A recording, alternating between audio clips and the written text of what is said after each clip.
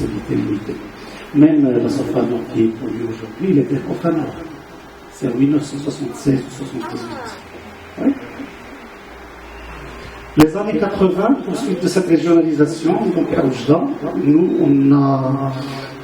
En 83, c'était la création, et le démarrage effectif, c'était en 85 ou 86. Septembre 85. Agadir, face à les années 90, d'autres structures ont développé le métier de distribution, et notamment même en Angola. Aujourd'hui, il y en a 58 à 60 grossistes répartiteurs qui desservent des centaines de véhicules, etc. Donc à chaque fois, on parle d'1 million de visiteurs par jour aux officines chez vous, mais je pense qu'aujourd'hui, c'est un peu plus d'1 million. Ça, c'est... On a pris l'habitude de dire 1 million. Donc on s'est basé sur des statistiques, soi-disant qu'on avait 10 000 officines, et chaque officine recevait en moyenne 100 clients, donc ça fait 1 million. C'était les statistiques comme ça. Mais réellement, ce n'est pas vraiment 1 million de peut-être. Donc ça, c'est l'évolution des nombres des grossistes 78,3, 87. Donc voilà, là c'est très schématique, donc c'est une évolution exponentielle, comme les pharmaciens d'ailleurs. Ça des patients. Le cadre juridique, là c'est très important.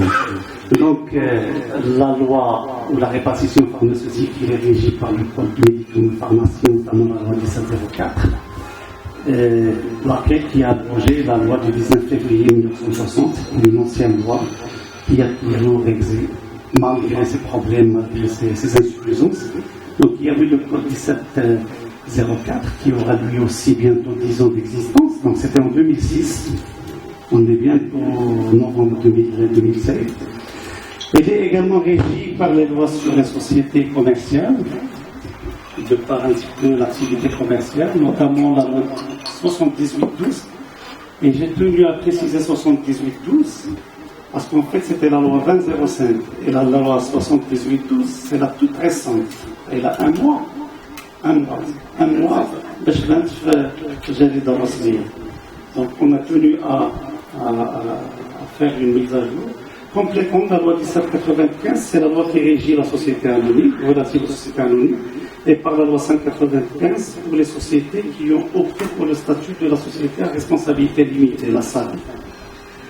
Pourquoi SARL, à l'époque, quand il y avait cette loi 1795, il y avait le changement de la loi 2005, mais la loi 2005 était contraignante par son côté, je dirais, pénal, c'est-à-dire que le responsable, si jamais il fait une erreur, la gestion, automatiquement, c'est des pénalités, c'est la prison, c'est des amendes, etc. Donc, ils étaient très, très contraignantes. Et la loi 2005, déjà, c'est une erreur qui date de classe pénale bizarre. La loi 78-12, elle est venue également pour compléter, pour améliorer un petit peu la loi. Les dispositions de la loi 1595 formant le code de commerce également, nous sommes régis par le code de commerce pour la simple raison. Nous avons des opérations avec nos partenaires, chèques, traites, etc. Donc tout ça est expliqué dans le code de commerce. Les conditions d'exercice, donc logiquement, il faut qu'il y ait une autorisation. Donc, subordonné à l'octroi d'une autorisation préalable accordée par l'administration du Conseil national de l'ordre des pharmaciens, c'est l'article 75, je l'expliquerai après, et une autorisation définitive.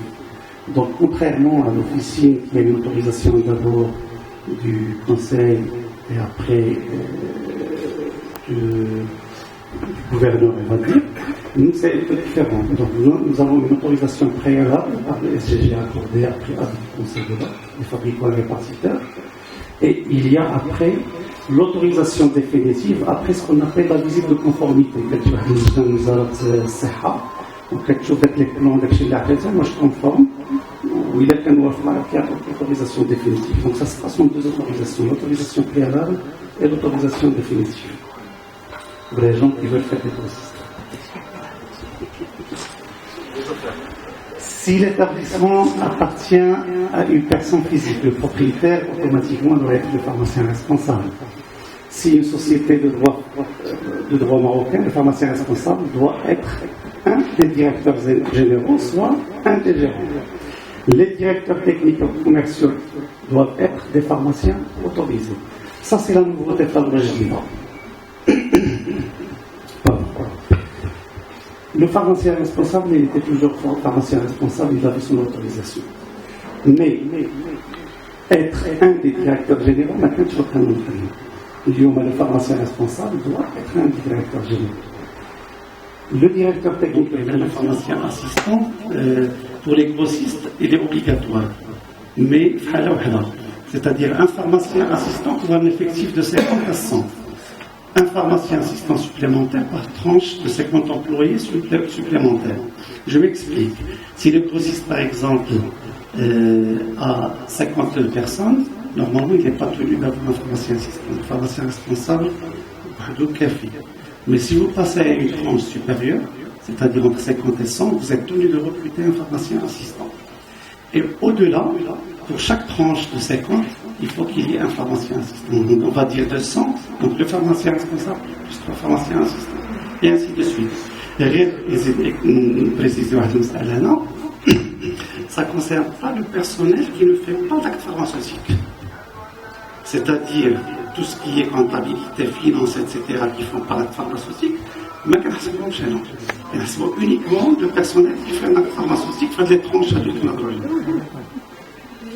Modalité de remplacement et durée autorisée, ça il y a des articles, c'est trop compliqué, et d'ailleurs qui est une problématique pour les grossistes qui n'ont plus le pharmacien responsable, c'est-à-dire quand il part en congé, les responsabilités. Donc il organise, surveille l'ensemble des opérations pharmaceutiques de l'établissement, donc en passant par l'achat, la détention et le stockage des produits pharmaceutiques, la vente à la distribution, la gestion et dispensation des stupéfiants. C'est sa responsabilité, c'est très important. Donc seul le pharmacien a le droit de livrer ces produits-là, donc pour les gens qui font les stupéfiants de la rafine. Formation du personnel.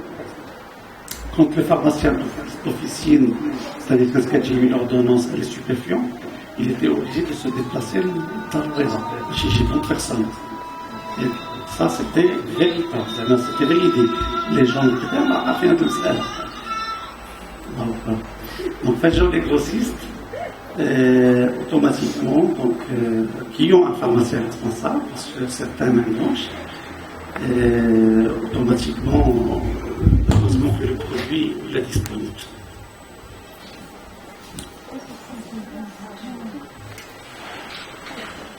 La pharmacovigilance a bien vu que ce produit était bel et bien rempli. Donc, quand tu valides, c'est un accusé de réception qui fait le conseil. Demain après-demain, vous ne pouvez pas dire que ma frère la ou l'aide. Et pour les gens qui n'ont pas ce système, un système de fax automatique